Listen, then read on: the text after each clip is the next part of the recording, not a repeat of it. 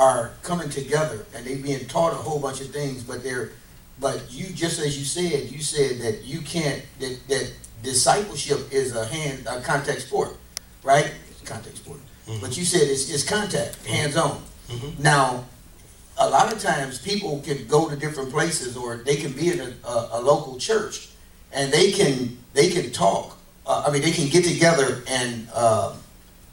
and be taught a whole bunch of things, but yet never no hands-on. They never get discipled. So they learn all of these things, but yet the person never really have the hands-on with them, and they a lot of times end up leaving the place, and they end up leaving the wrong way and everything else because they never really ever been discipled. Exactly. And if you correction is the main emphasis of discipleship. Now, see, we'll take the impartation, we'll take the information, but the correction is very important, because that'll let a leader know exactly what type of relationship you got. Mm-hmm.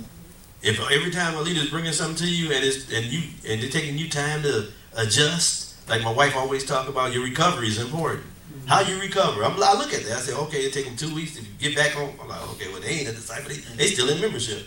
Because when you really, and then you definitely ain't a son.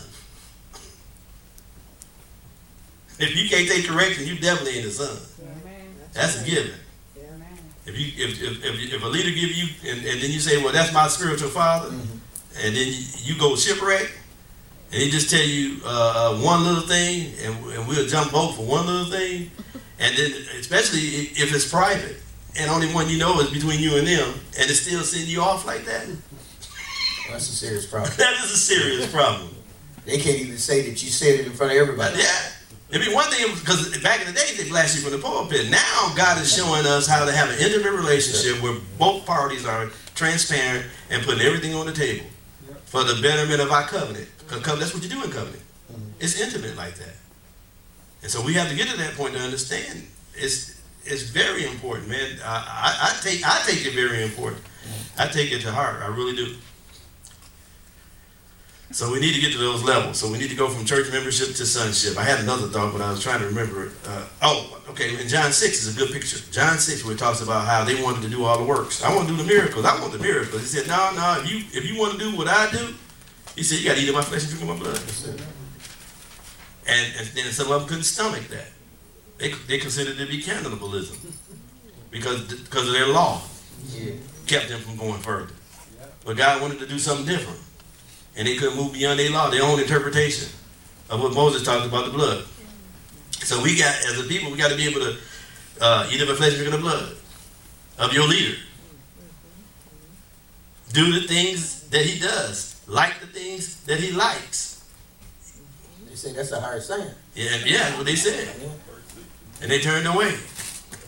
Hey, why do I have to do it like apostle? Why can't I just be myself? Right. You know what I'm saying? I know he puts on his shoes just like I do. I'm my own man. Yeah, that person will never ever have none with that type of mentality. Everybody needs models, role models, and examples. I got them. I love them, and I honor them. I give them great homage, and because I just do, because I wouldn't be nowhere near the man that I am today without coming across them and respecting them and honoring them. I am who I am because of them. You'd be foolish to think that you're going to get it on your own. You'll never get it on your own. You don't even get into bad things on your own. How you think you're going to get godly stuff on your own? You know what I'm saying? Somebody introduced you to something. But you have to be able to come under in order to be able to rule over. Yeah, we said that last week. You can't never come up under somebody else. You'll never be able to rule over those things that once ruled over you. And that's Luke 16. The last point in dealing with the gorge is our religious education. This was Gary was talking about earlier, homiletics or hermeneutics. Our religious education, our seminary and teaching, our indoctrination have made the church, it's hurt the church, because now God is serving meat, caviar, and the church still wants milk. And because we got baby leaders, immature leaders, and they want to falsely accuse those that have matured in the things of God as being deeper life. Mm-hmm. It don't take all that. And of course, the variety of numbers of things that could be the reason why they come to that conclusion. But I believe God is changing that. Something I said in times past, most of us are too afraid to be taught anything new. Because the pride of ignorance is standing on the shoulders of fear.